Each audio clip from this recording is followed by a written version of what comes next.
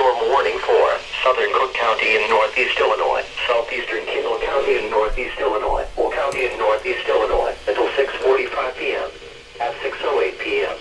Severe thunderstorms were located along the line extending from Minooka to Manhattan to Manteno and moving northeast at 45 miles per hour. Hazard, 60 miles per hour wind gusts and quarter-size hail. Source, radar indicated. Impact, hail damage to vehicles is expected. Expect wind damage to roofs, siding and trees. Locations impacted include Peatone, Joliet, Ingalls Park, New Lenox, Monkey Nut, Frankfurt, Plainfield, Lockport, University Park, Homer Glen, Orland Park, Madison, Romeoville, Tinley Park, Park Forest, Olympia Fields, Lamont, Stager, Bolingbrook and Flossmoor.